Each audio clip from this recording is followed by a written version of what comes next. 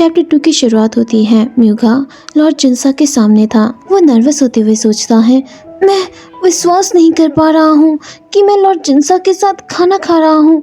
क्या ये एक सपना है? तभी जिनसा कहते हैं, पहले कुछ खाना खाते हैं, उसके बाद बात करते हैं। म्यूगा हाँ कहता है, लेकिन म्यूगा को अभी भी विश्वास नहीं हो रहा था। वो खुद को पिंच करते हुए सोचता है, मैं पहली बार मास्टर के कमरे में आया हूँ और मैंने इतने साफ कपड़े पहली बार पहने हैं। दर्द कर रहा है, ये कोई सपना नहीं है। नेक्स्ट सीन में जिनसा म्यूगा से कहते हैं, आज तुम्हें रात के खाने के लिए रुकना चाहिए। तो तुमने यहाँ पहले कभी खाना नहीं खाया है? म्यूगा घबराते हुए पूछता है, क्या आपका मतलब नौकरों से है? जिनसा कहते हैं, नहीं, मेरा मतलब है कि मेरे साथ। लेकिन पहले तुम्हें खुद की थोड़ी सफाई करनी होगी। बटलर को फॉलो करो। ये सुनते ही म्यूगा शॉक्ड हो जाता है और हैरान होते हुए सोचता है, वो अचानक से ऐसा बिहेव क्यों कर रहे हैं? और खाना खाते हुए सोचता है, मुझे ताजे सफेद चावल का कटोरा देखे हुए बहुत समय हो गया है। मैं इतना घबराया हुआ कि मुझे यकीन नहीं है कि मैं इसे निगल भी पाऊंगा या नहीं। पीतल के चम्मच तो काफी भारी होते हैं, है ना? लकड़ी के चम्मच इतने भारी नहीं होते। तभी जिनसा कहते हैं, तो फिर म्यूगा, तुम भले ही सीखने में कमजोर हो, लेकिन कम से कम तुम अपने फैमिली की ड्यूटीज को तो समझते ही होगे, है ना? ये सुनते ही म्यूगा के गले में खाना अटक जाता है। फिर भी वो कहता है, जी हाँ, मैं जानता हूँ माय लॉर्ड। जिनसा कहते हैं, मैंने तुम्हें जितनी भी कठिन परिस्थितियाँ दी, वो सब तुम्हारे लिए एक तरह के एग्जाम ही थे। अगर तुम्हारे पिछले जन्म के बुरे कर्म ना होते तो तुम इस तरह जन्म ना लेते। म्यूगा कहता है, जी मास्टर। जिनसा कहते हैं, मैं तुम्हारा पिता तुमसे कुछ करवाना चाहता है। ये सुनते ही म्यूगा शॉक्ड हो जाता है और पूछता है, पिताजी, आपने अभी क्या कहा? तभी जिनसा पूछते हैं, क्या तुम मेरे लिए वो काम करोगे? म्यूगा हैरान होते हुए सोचता है, ये कोई सीधा ऑर्डर नहीं था, जैसे कि ऐसा करो। पिताजी ने कहा, क्या तुम ऐसा करोगे? ये सोचते ही म्यूगा कहता है, हाँ मैं करूँगा, आप जैसा चाहते हैं मैं वैसा ही करूँगा। पिताजी। ये सुनते ही जिनसा चिढ़ते हुए कहते हैं, अभी तुम्हारे लिए मुझे पिता कहकर बुलाना जल्दबाजी होगी। जब तुम ये काम पूरा कर लोगे तो तुम्हारा नाम कांग होगा, और भले ही देर हो गई हो, मैं तुम्हें अपने बच्चे की तरह मानूंगा। ये सुनते ही म्यूगा इमोशनल हो जाता है और कहता है, आप मुझे जो भी करने का आदेश देंगे मैं वो करूँगा माय लॉर्ड। जिनसा कहते हैं, ठीक है, आज बात यहीं ख़त्म करते हैं, और हाँ, आज कब्रिस्तान मत जाना, सर्वेंट्स के ही डॉर्मिटरी में सो जाना। म्यूगा कहता है, जी माय लॉर्ड, और सोचता है, आज सब कुछ बहुत अच्छा चल रहा है। मैं बस यही सोच रहा था कि काश वो मुझे इस घर में रहने देते, लेकिन अब तो मैं इस फैमिली का हिस्सा बन गया हूँ। अगर मैं सचमुच फैमिली का हिस्सा बन जाता हूँ तो इसका मतलब है कि मैं बन जाऊँगा। चुन्हा मुझे प्राउडली यंग कह पाएगा। अब जिनसा कहते हैं, परसों ठीक नीचे वाले कमरे में आ जाना, तब मैं तुम्हें बताऊंगा कि तुम्हें क्या करना है। अगर तुम बस इतना करके वापस आ जाओगे तो तुम सचमुच मेरे बच्चे बन जाओगे और मैं तुम्हारा पिता। अब तुम वो स्ट्रॉ के जूतों को पहनना भी बंद कर सकते हो। ये लो। म्यूगा कहता है, आपका शुक्रिया माय लॉर्ड। नेक्स्ट सीन में म्यूगा बस उन नए जूतों को ही घूरे जा रहा था और कहता है, मैंने पूरी जिंदगी सिर्फ स्ट्रॉ की ही चप्पलें पहनी हैं। ये जूते तो बहुत ही सुंदर हैं। मैं इन्हें बाद के लिए यहाँ रख देता हूँ। अभी मैं चुन्हा से मिलने जाना चाहता हूँ। अब रास्ते में चलते हुए म्यूगा सोचता है, क्या लॉर्ड जिनसा सचमुच मुझे फैमिली का हिस्सा बनने देंगे?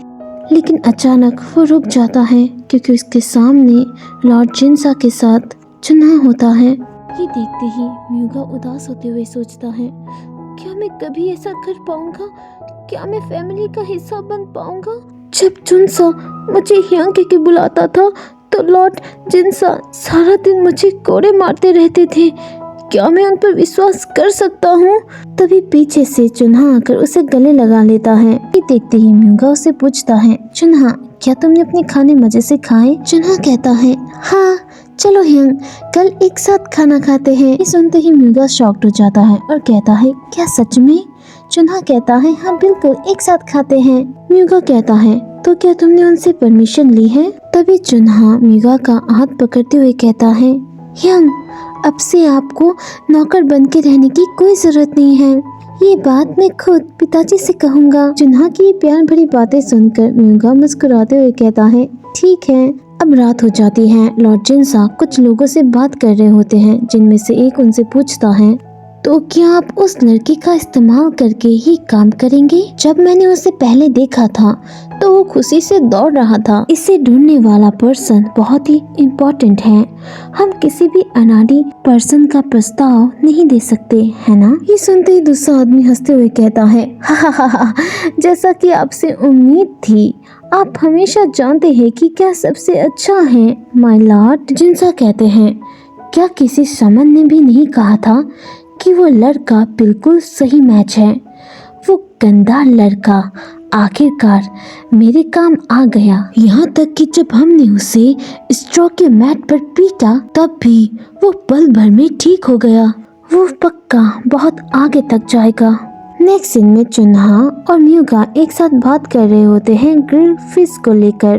तभी वहाँ पर लॉर्ड जिनसा आ जाते हैं। ये देखते ही चुन्हा उनसे पूछता है, पिताजी, क्या आज हम सब एक साथ खाना खा सकते हैं? ये सुनते ही म्यूगा सोचता है, अरे नहीं, चुन्हा ने ये क्या पूछ लिया? मैं श्योर हूँ कि लॉर्ड जिनसा इसकी अनुमति नहीं देंगे। क्या हो अगर वो चुन्हा पर गुस्सा करते?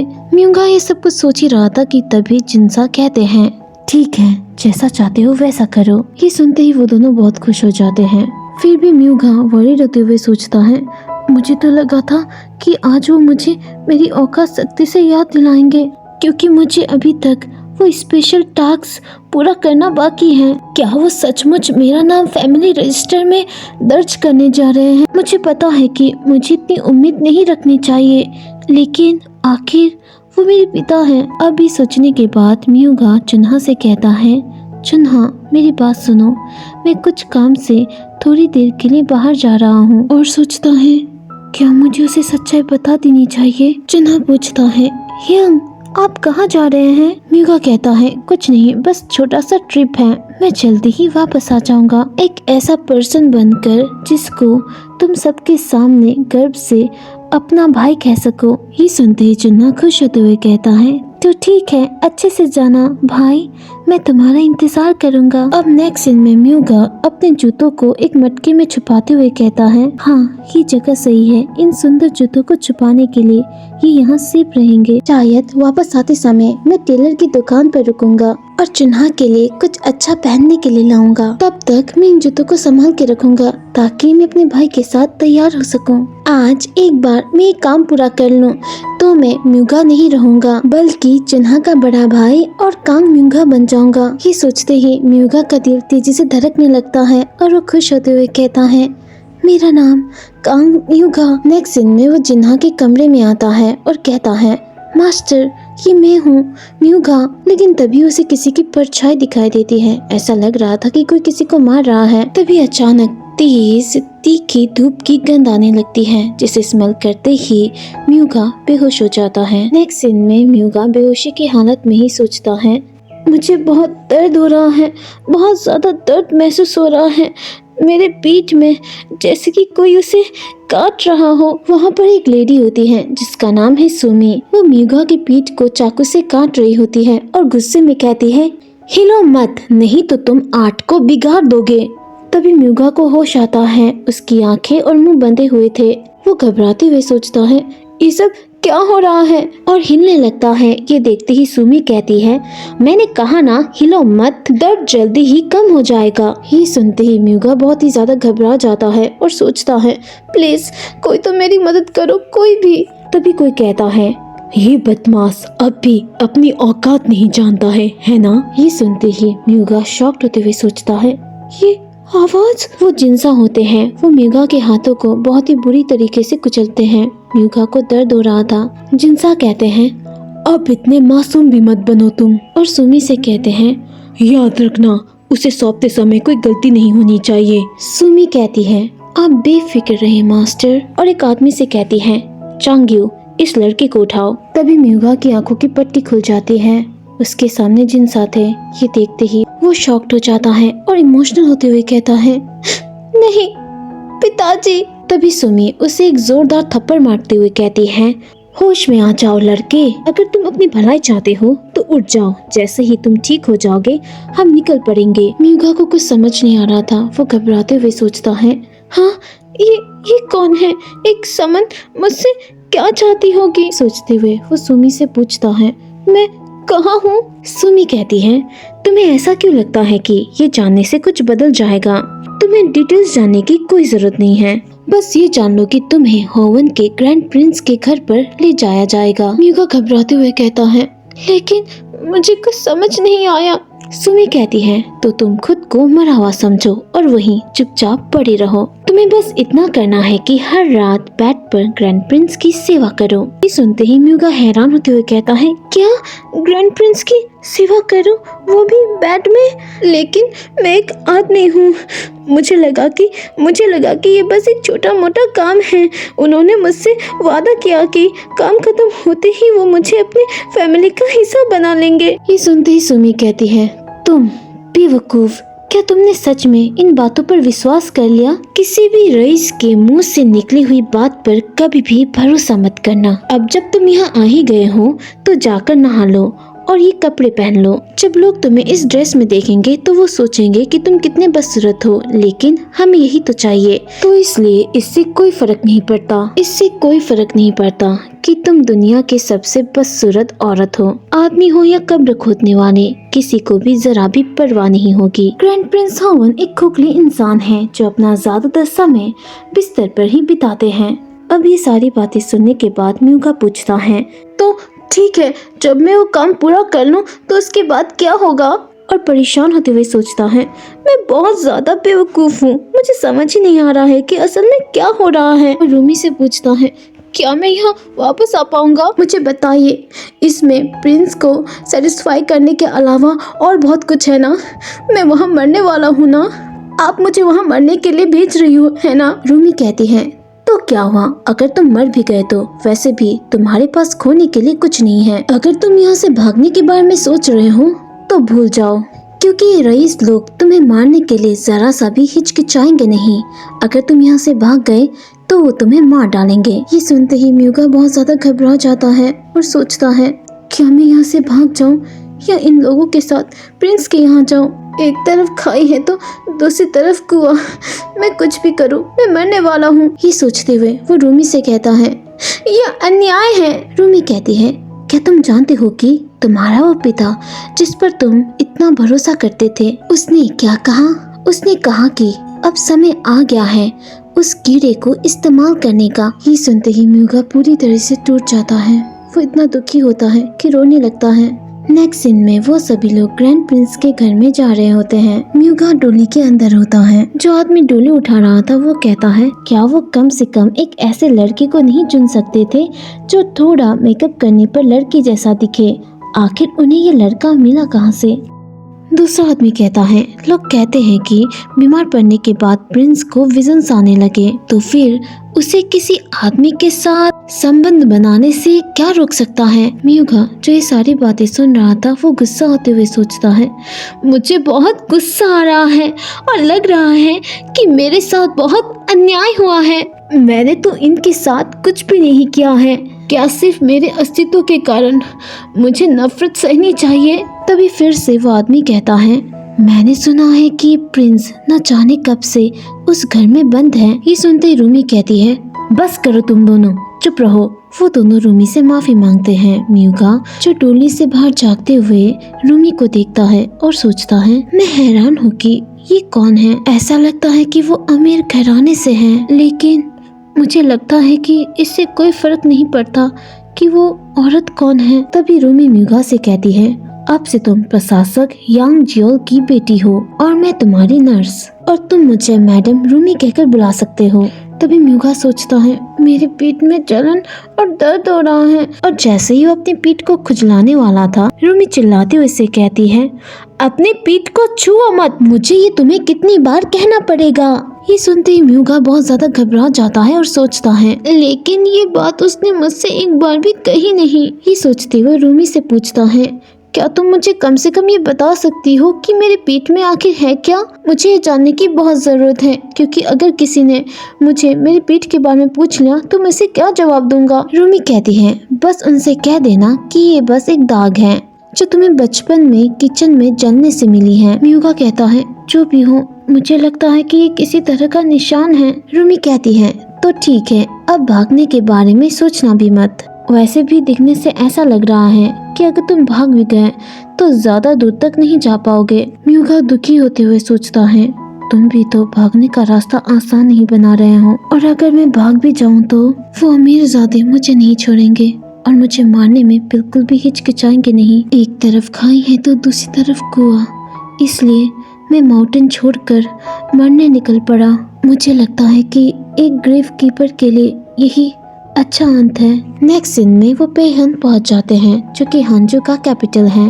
अब वो लोग ग्रैंड प्रिंस के घर में पहुंच जाते हैं। तभी रूमी म्यूगा से कहती है, बाहर आ जाओ, सिर्फ फॉर्मली रिकॉग्नाइज वाइफ को ही डोली के साथ ही घर में इंटर करने का विशेष अधिकार है। तुम्हें पैदल ही अंदर जाना होगा, किसी के नजर में आने से बचो। तो वहीं म्यूगा घर में इंटर करते हुए सोचता है, मैं बहुत थक गया हूँ। यहाँ आते समय मैंने कई दिनों से कुछ खाया पिया नहीं है और ना ही ठीक से सोया हूँ, लेकिन ये मेरे लिए कोई नई बात नहीं है, तो मैं इतना थका हुआ क्यों हूँ। तभी दरवाज़ा खुलता है। वहाँ पर एक औरत होती है जो उनसे कहती है, प्लीज अंदर आ जाओ।